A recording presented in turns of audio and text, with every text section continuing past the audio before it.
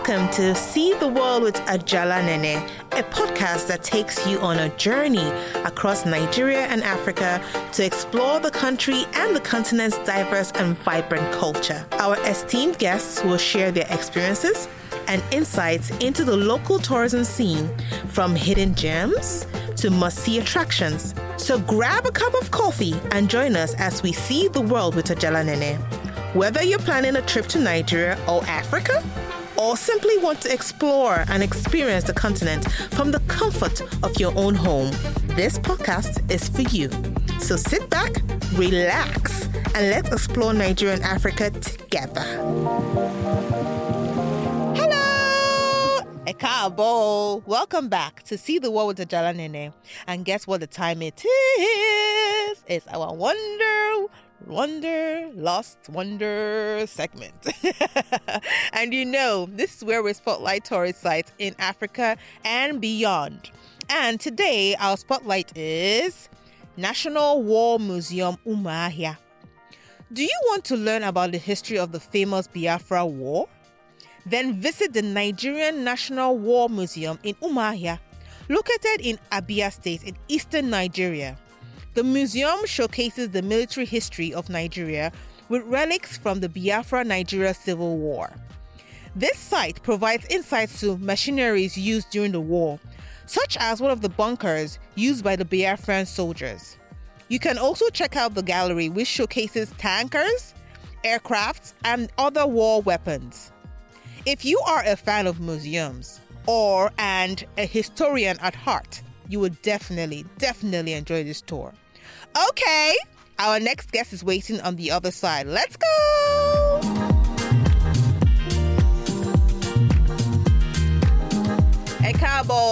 Ekabo. Welcome, everyone. And today I have a guest. He's a prince, by the way, guys. And I'm going to try my best to pronounce his title well. Sòókò. He's laughing at me. Deji, Ajomale-Mcword is the founder of Sports, Tourism and Diplomacy Forum. It used to be called African Sports Tourism Week, right? Correct. And then he's also the founder of World Sports Tourism Day, organizer of International Diplomacy, Stable Fort, Golf Tournament. I think that one's happening very soon. Yeah, it's the trade relations that is coming up. Okay, that's the one. And then so it's on LinkedIn. And then he's also the editor-in-chief of Afri Diplomat magazine. And you guys, this guy wears many hats in sports tourism. And the managing director at Diplomacy, Publishing and Events. Plus, he's the commissioner of sports tourism in African Tourism Board. All right, guys. Welcome, our dear Prince Deji. Thank you very much, Ajomale-Mcword. All right, so let's go straight to the point.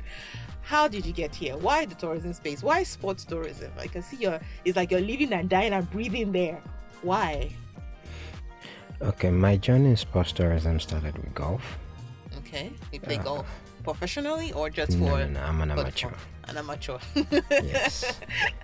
All right. So I think about 12 years ago, between 12 and 14 years ago, my friends went to greet a friend of theirs, somewhere in Ogun State, called Aligbajo, where the residential estate of Lafarge, is located. They went there. Can you show to our listeners what Lafarge is about? Okay, Lafarge Cement. They are into manufacturing of cement. So they have a residential estate somewhere in Ogun State called Aligbajo, and not far from their plant, one of their plants in Ewekoro. So, even the estate is called Ewekoro by most people. So they went to this estate to greet a friend of theirs, and they returned telling beautiful tales of the estate, especially the golf course on the estate. And then it was quite a boring time for me, so I begged them to allow me tag along the next time they were going. And then I got there. I was blown away. It was my first encounter with golf. It was my first encounter with golf. And I was like, wow. I really wow. This massive space, all green, and oh Lord, Ewekuru was a beauty. The golf course was a beauty. And then I was like, wow, this is beautiful. So I went back to the estate. After visiting that time, we were tagging along. Yes. I went back to the estate with a photographer friend who took pictures of me on the golf course. And, I found a game. I found a game that was in tandem or in sync with my temperament, with my nature, and also with my gifts. My gifts found expression over there in golf. I mean the gift of writing.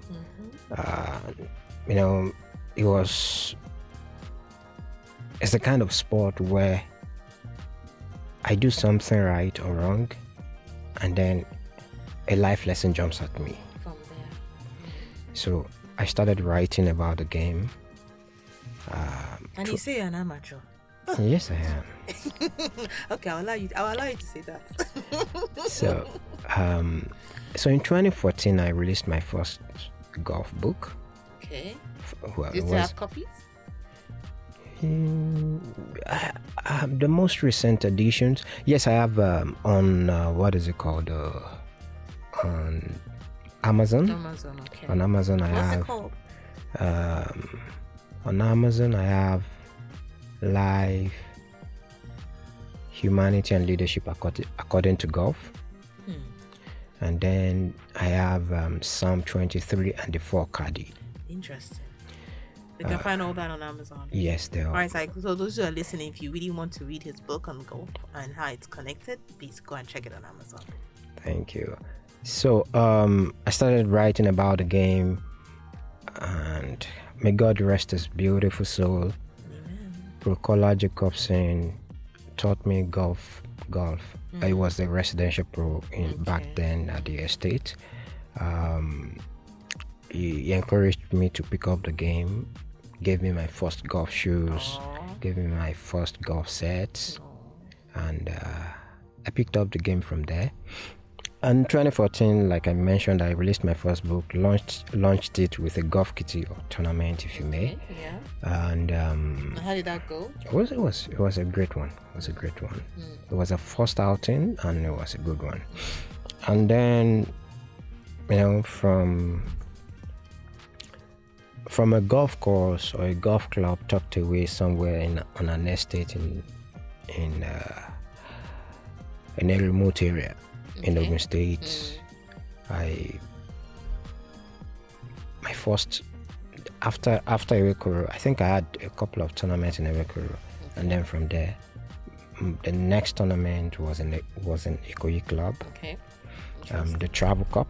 2017 alongside Nigeria Travel Week. I remember. Yeah, I had a tourism cup. 2017. In 2019, I returned again to Ikoyi Club with International Diplomacy Stableford Golf Tournament. Okay. That's when you changed the name, right? You made it international, or was it already in existence? No, it was the debut of that very tournament. Of that one. Okay, yes, in 2019. Okay. And it feels as if you've done it for like. It feels as if you've done it for like 20-something years. No, it's just it started in 2019. 2019. And later moved it to the diplomatic beehive city of Abuja. And it's been on since 2022 at IBB International Golf and Country Club. So far so good. Actually, last month makes it 10 years since my first golf tournament. Thank you. It's been an exciting journey. It's been an exciting one. It feels good. I I know that feeling. It feels good. It feels good. It hasn't been without Of its course, challenges, but then who doesn't have challenges? it feels good. Even I'm sure Apple and Co. that when they do their events, they have challenges, and these are big parties. So definitely. But if I may ask, how have you been able to connect this thing you're doing, especially with this golf tournament and everything, with tourism? So, my proper journey into sports tourism. Of course, I've been doing stuff before then, but when I eventually put myself out there was 2018. Okay. When African Sports Tourism Week made a debut. Yeah. And then in 2019, I took a very bold step and took the event to Ghana, to Accra, Ghana in 2019. And so basically the journey started because I looked around. First and foremost, golf opened my eyes to sports tourism, like I mentioned earlier. Yes. I saw that golfers have a knack for travel. Yeah. They move around a lot. If it's not local, it is international. Yeah. So they move around a lot. And I also looked around the landscape in Nigeria, especially as at then. I looked around the landscape. I saw knowledge gap. I saw knowledge gap. I saw unwillingness to collaborate on the part of sport and tourism, especially administrators. And I felt, I think I need to stay here and make an impact. Connect these two together. And make an impact. You know what they say about, if you want to be relevant in life, stay where there is a problem, prefer solution to it, make your impact, and make your impact there. So I felt, okay, this looks like something worth my youthful energy, and it's been an exciting journey so far. What have the challenges been? Mention at least 2 or 3 challenges you've had so far. Number one is the unwillingness of the administrators to collaborate. From both parties. Yes. Why is that? Why do you think that's a problem? Because I know internationally, sports and tourism actually do a lot together, right? When you talk about cycling, you see they're coming and make sure they're promoting the places they're cycling. Even swimming, you're promoting the places. Why is that a problem for us here, in not just Nigeria, but also in Africa? Yeah, absolutely. It's not a problem that can be solved. Unique to Nigeria. It is not. It's like you rightly mentioned. It can be said to be an African problem. A Pan-African problem. In almost every country of this continent, you find that problem, and it's usually for some countries. Okay, let me stick to Nigeria. Okay. In Nigeria, the number one reason why that is not happening is because everyone is trying to protect something. I don't know, pot of whatever, my pot of soup. Don't come near it. So do you think it's maybe protect their position, protect the money they're making from this thing? They don't want to share it with other people. Let's call a spade here, Deji. Okay, this is a safe space. Since this is a safe space, I think it's a problem of someone trying to protect his pot of soup. Okay. What he's gaining from it doesn't want other people what he or she's gaining from it. They don't want other people to enjoy. There's a lot of self-aggrandizement going on in both spaces. So they don't, and I'm like, I usually tell some of them, like, okay, whatever it is pot of soup is. But there's still room for collaboration, even with that. Pot of soup, yeah. there's still room for collaboration. And it's also the Nigerian problem of leadership, where positions are seen as personal property instead of national property, instead of a mandate committed into your hands. A mandate given to you that has a lifespan. So exactly. Use the people who has their personal opportunity to do what they want to do with it. Exactly. So, so you find people who are pursuing self-interest above the interest of the destination. Okay. And that's why you find, an EMSman at the Sports Commission doing everything he can to ensure there's no collaboration with the Tourism Board. You find the Tourism Board sitting in their office expecting the Sports Commission to come and meet them. Now, I usually say it this way, and I find a lot of, on the part of the Sports Commission or Ministry, let me say Sports Commission, on the part of the Sports Commission, you find,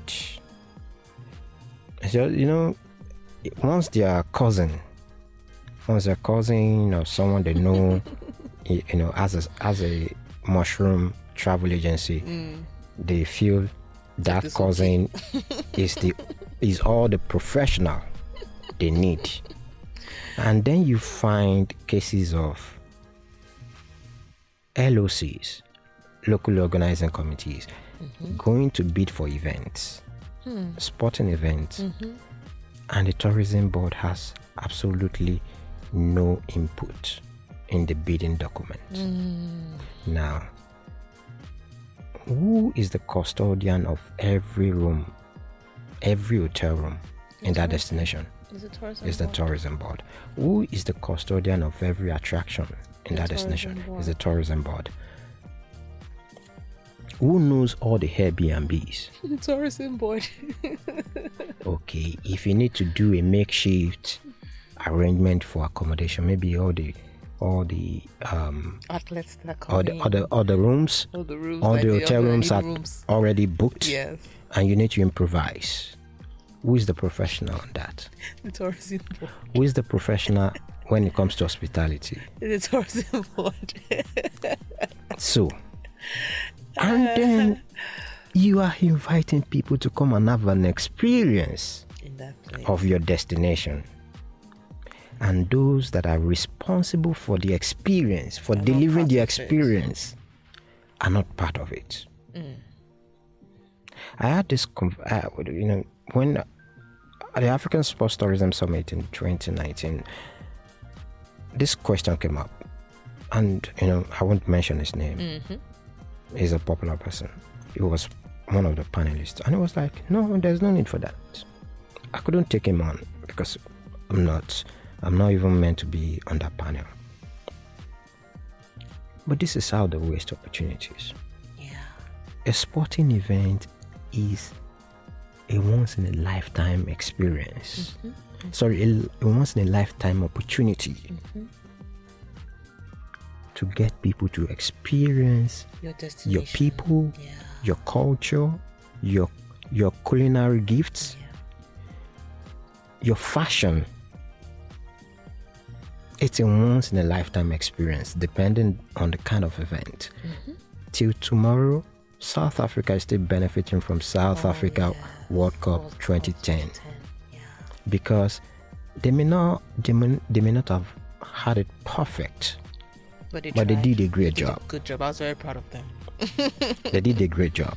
Until tomorrow, a good chunk of the sports tourists or football fans who came still have South Africa ingrained somewhere in their brain. And I'm sure some of them have gone back there again to explore other provinces. You can be sure. You can be sure of that. So, and the reason why South Africa was able to do that is because they understand these things. Mm-hmm. When Springbok is playing in a tournament, you find South African tourism making posts, making posts, cheering them on, whatever it is. They even recently, I think they have as an ambassador amongst the Springboks. Yeah, that's so nice. So they understand how these things work. Together. So the tourism board, the sport ministry, the tourism board or ministry, and ministry rather, and the sports commission and the department for sports, they work together.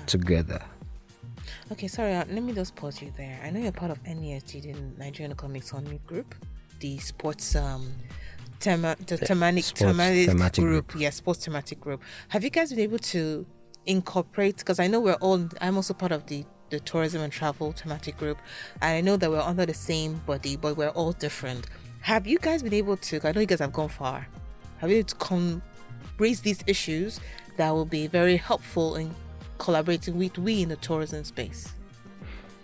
I know people like Moyo of Ogusha yes, Ogusha of Radisson. I know she's part of the team too, and I know I've seen a lot of things that you guys have done. But have you been able to raise this issue that's a way that we can end up connecting with you guys and making sure that there's a collaboration? Okay. If you haven't, it's okay. But I just want to ask. Actually, the sports industry thematic group. There were a lot of efforts were made. I can remember correctly, I think there were about 3 or 4 that were subgroups directly in the subgroup in sport, entertainment and tourism. Yes. There was also Abimbola Ilo. Abimbola Ilo is it creative? No. Abimbola Ilo is another big name in sports tourism. Okay. But it does more of international sports tourism. Okay. Yeah, it's a big name. Okay. It's a big name actually. Okay. And then and of course my good friend Honorable Elizabeth Idoko Okogun. A lot of efforts. I made recommendations, and some of the recommendations that I made, as part of my contributions to what eventually became the national sport industry policy, which was, by the way, you guys well done, and it wasn't easy work. I know what we're going through now for the tourism sector. Thank you very much. Which was, signed into policy by the Federal Executive Council. Yeah. Sometime I think 2021 or 2022 or thereabout. So some of the recommendations that I made. So basically I see this as my calling. Yeah, I know. I see this as my calling. I don't know what anyone else is doing outside what we've already been able to deliver, under the auspices of Nigeria Economic Summit Group. Yeah. I personally see this as my calling. Using every avenue to bring the two landscapes together and keep reminding them that, hey, these are our confluence is a natural one. It's not something we need to go and create. The confluence of sport and tourism is a natural one. So I happened to be I brokered the deal. I brokered the deal between the organizers of Lagos City Marathon, Access Bank Lagos City Marathon, and Kenya Airways. Interesting. Ekusha, well done. Thank you. And as part of my plans to push sports tourism through that platform, on that platform, I delivered Kenya Airways, and I felt, okay, let me also deliver Lagos tourism. And it was heartbreaking. There is, I won't, in their defense, it's not totally in their fault. I also see some level of reluctance on the part of the sports commissioners and then. Okay.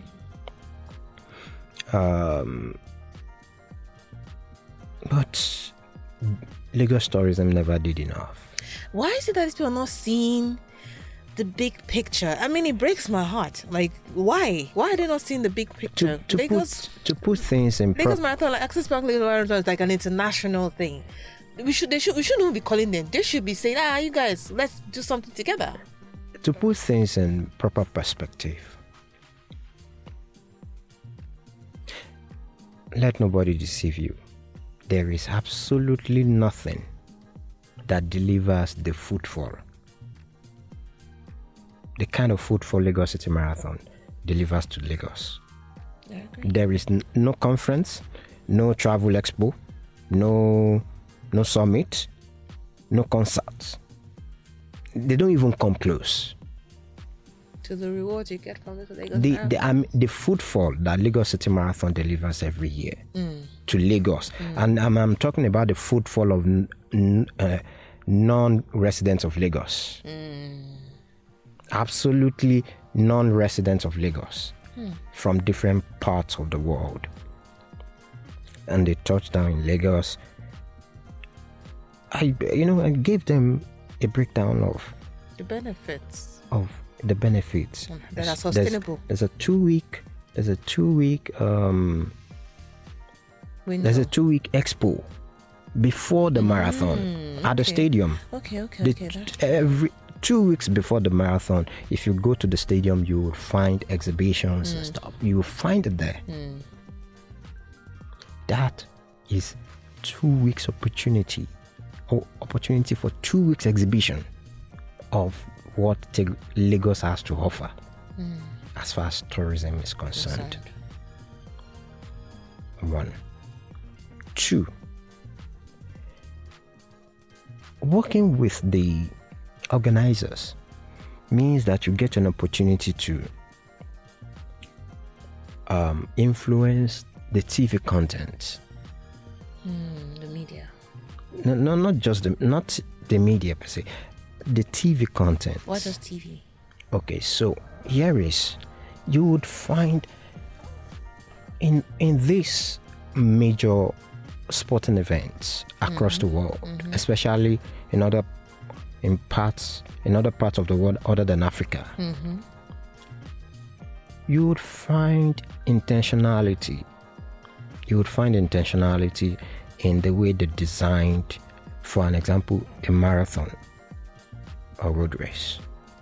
First, now the organizers of the marathon, Lagos City Marathon, and maybe the Sports Commission designed a route. Okay. Lagos tourism had no input. Now, who knows where the attractions are? It's them, the Lagos Tourism Board. Now, they know what the international lenses should be capturing, because there are millions who would be watching from different parts of the world. They are not coming, but they can watch. It's an opportunity. It's an opportunity to sightsee a bit of Sòókò. There are most of our attractions. Every other person who comes to Lagos would see the Lekki Ikoyi Bridge. But somebody else will see it. There are tons of bridges across the world. Yes, Third Milan Bridge is something. Probably the longest bridge in Africa. It is something. But there are other attractions. And they can always improvise. They can always, can we design maybe the 10 kilometer or even a 5 kilometer around Sòókò, so that the people are running there will actually experience the lenses are picking those places places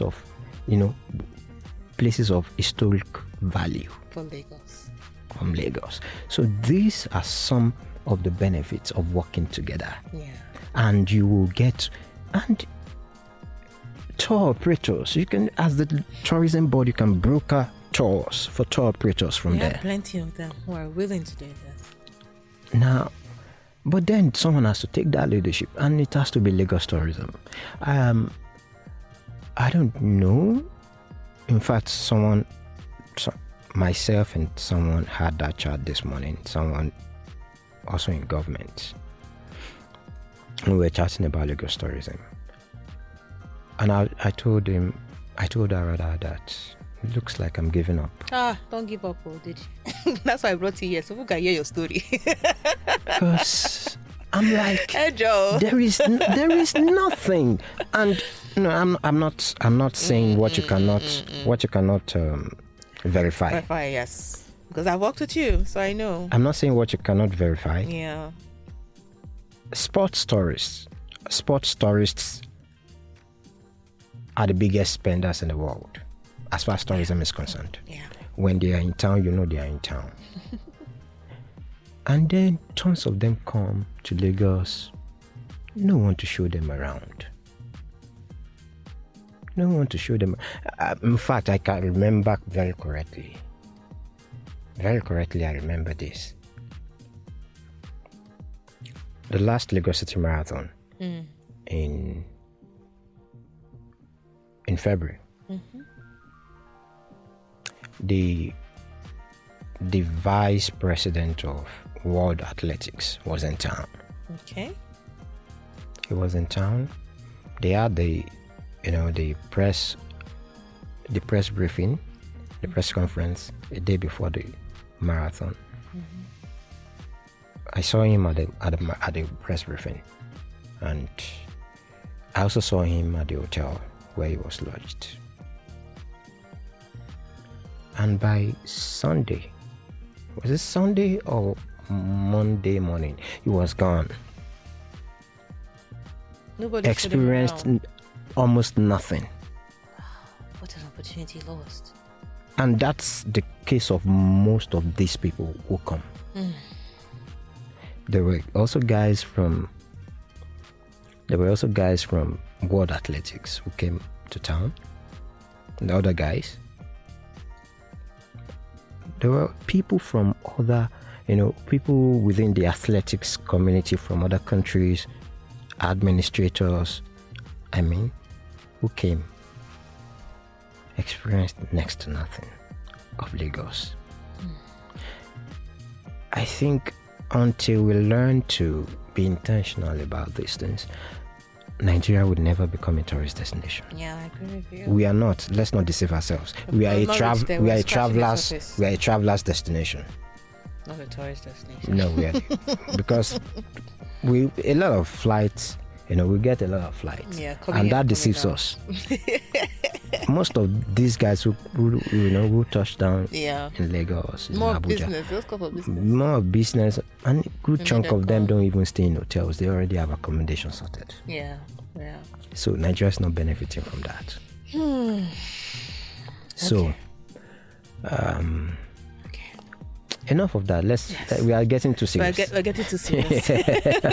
But I'm glad you shared this, because it's important for us to understand the benefits of. Some people are like, "Oh, sports tourism. How does sports and tourism connect?" It connects in so many ways. Like I'm a sports person. I used to play basketball back then in school. I played football also.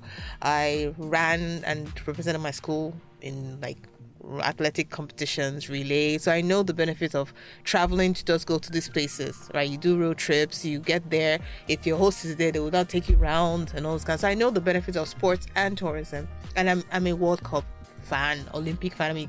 I always schedule to watch all the games, so I know the benefits. And what I love about Olympics is that you get to see all the different countries and you show their culture, that wherever they are in that country, you get to see them playing and experiencing the culture of those people. So yeah, like I said, we're getting too serious, but we'll get there.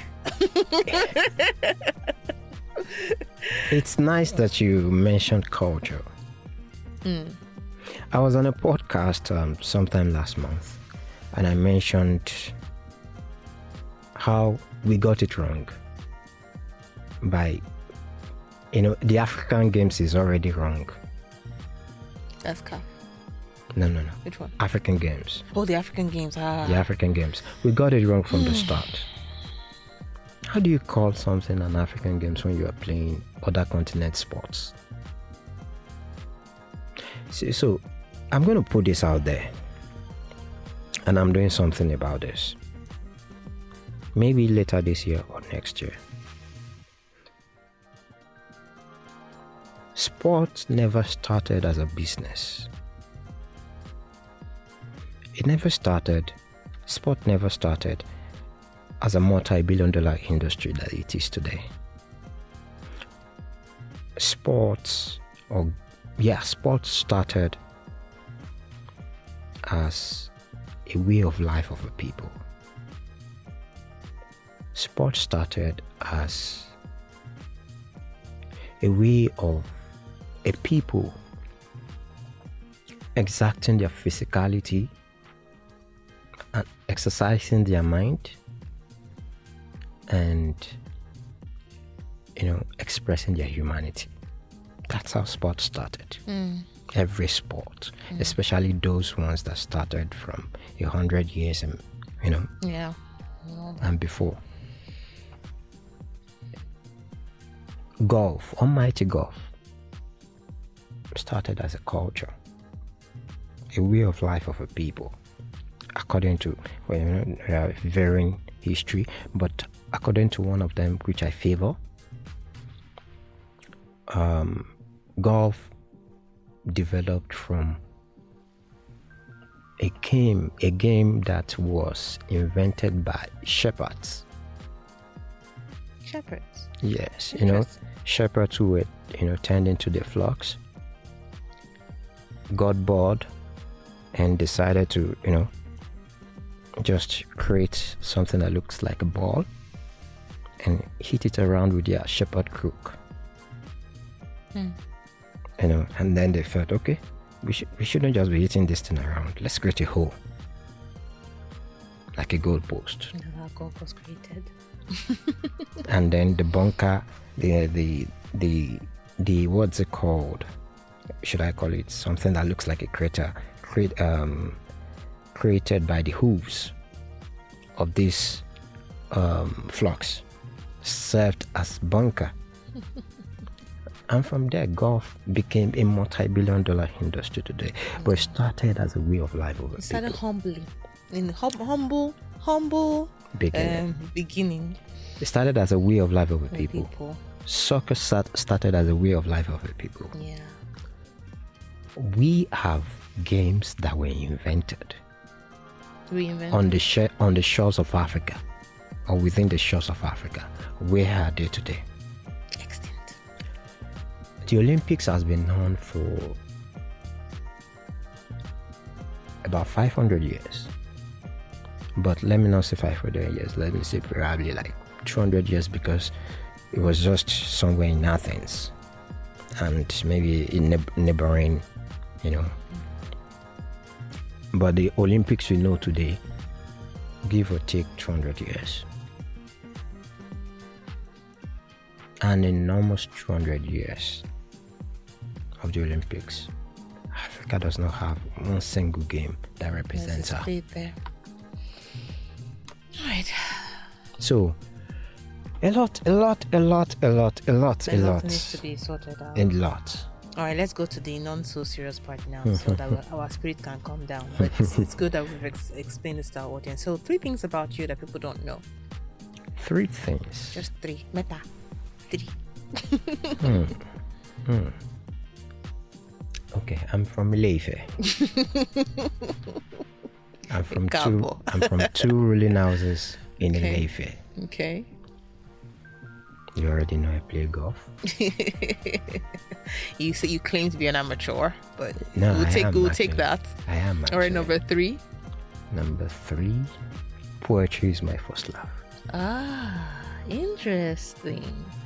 Poetry. Anyway, you say you write. I've seen you write up, so I think I will agree with that. Poetry was my first love. And someone told me some years ago, he said, oh, it's because you have not started hustling. If you started hustling, you do poetry. By the time you start hustling, poetry will be your cash cow. No. He said, this poetry will leave you. And truly. No. But I still go through some of my poems. I'm like, I love you, guy. Oh, Yeah, you should be doing it at least at leisure now, once in a while. Don't let this sports stories kill you. No, that's the thing about writing your poetry. That's the thing about poetry. It should be your. That's the thing about poetry. It's the deepest. It's the deepest form of writing. Of expression. You have to be fully collected. If not, you won't be able to express yourself. It's a struggle now. Yeah, I'm mandating you to take 1 year leave. All right, Deji, you need to wrap this up. Any advice for anyone listening, especially for those who want to maybe venture into sports tourism? In Nigeria and Africa. Yes, please be very honest with them, because this is where we live. And I'm very sure we have some young people here listening who are Africans, whether in the diaspora or in our continent. Okay, in Nigeria, if you want to get into sports tourism, be ready for the long haul. Okay. If you want quick bucks, don't bother. Don't bother. It's also important that you spend time understanding both landscapes. Okay, both tourism and both sports and how they run. And understand their confluence. It's extremely important. This is for people who want to operate on the level that I operate. I'm not just an sports event person. I'm a proper sports tourism consultant. I understand how both landscapes work, and most of the things that I do, I relate with government.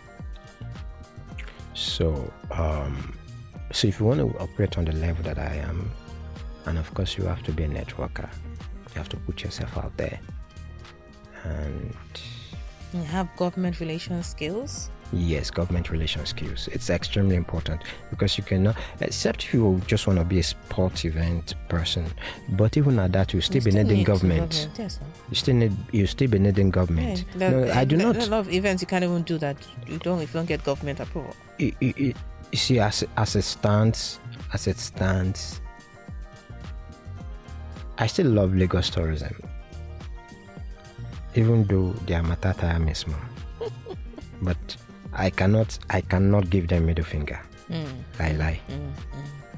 I cannot ask them to go to hell, because after all said and done, they are needed. And you need them, and you need them, and they need you. Yes. Both ways. Yes. So it's important to understand that. Skills. So important to have networking skills, be able to work with the government, be able to understand the two landscapes, sports and tourism, before you say, okay, I want to actually and come their confluence. And their confluence. That part is very, very important. Oga Deji, Sòókò. Sòókò Deji. Sòókò Deji. That's Prince Deji. Thank you so much for your time today. And I must highly commend you. And I've commended you plenty times, but it's a difficult terrain. Tourism alone is difficult. Sports alone is difficult. Imagine combining both of them. They're both difficult. So well done, and please do not give up. I beg you. I have a record dead here. Do not give up. Keep moving. We do my best. The universe is your stepping stone, not the sky. The universe is your stepping stone. So well done. Thank you very much. Keep it up. All right then. Thank you guys for listening, for watching. See you in the next edition.